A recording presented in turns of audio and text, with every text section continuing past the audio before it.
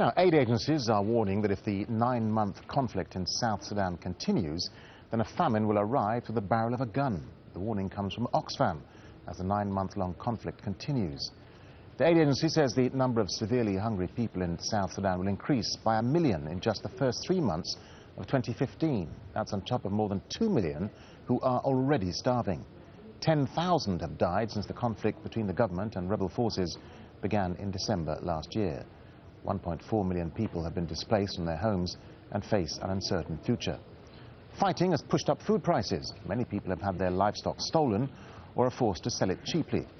The report says the current approach to peace talks has failed and the international community needs to put pressure on all parties to end the fighting, including an arms embargo. Let's talk to Kathleen Rutledge.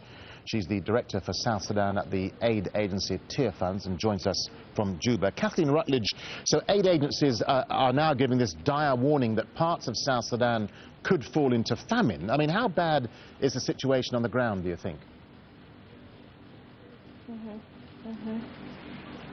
Well, currently, by the end of the year, we're projecting that 50,000 children will die of malnutrition unless something is done, and something can be done. Since December, in the last 9 months of conflict, as you said, 1.4 million people left their homes, left everything they had, and have been living in communities that already did not have enough food. So these communities gave everything that they have and have run out of food early. There is no question that beginning in the dry season in October, November, there will be a sharp spike in malnutrition and people might die.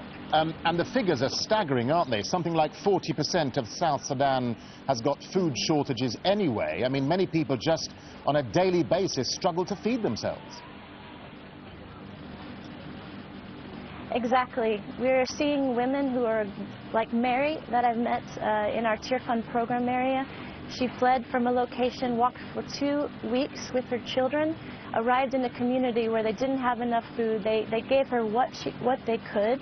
She's going for 24 hours without food so that her children are able to eat. People have resorted to eating the seeds that they planted and that grew last year.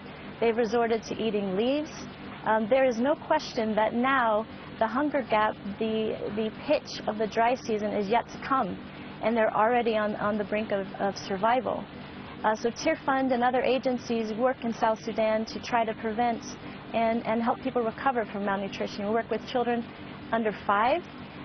We help provide emergency feeding. We work with 140,000 people across South Sudan. And agencies like Tearfund and other aid agencies, it can be stopped. It doesn't have to be this way. So what? There are children like a little boy named Got that I met, his skin, yeah.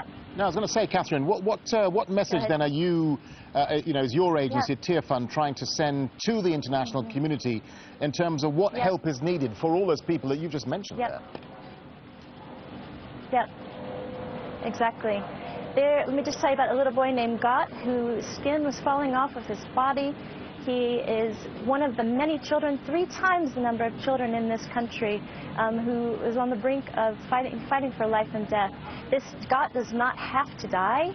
If there are more resources that are possible, the international community has been great in providing resources thus far, but more are needed, and it can prevent further loss of life and peace.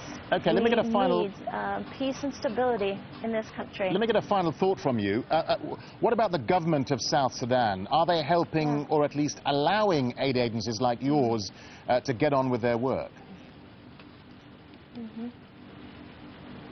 I would say that it's a very complex situation, and like most chronic emergencies, there are challenges.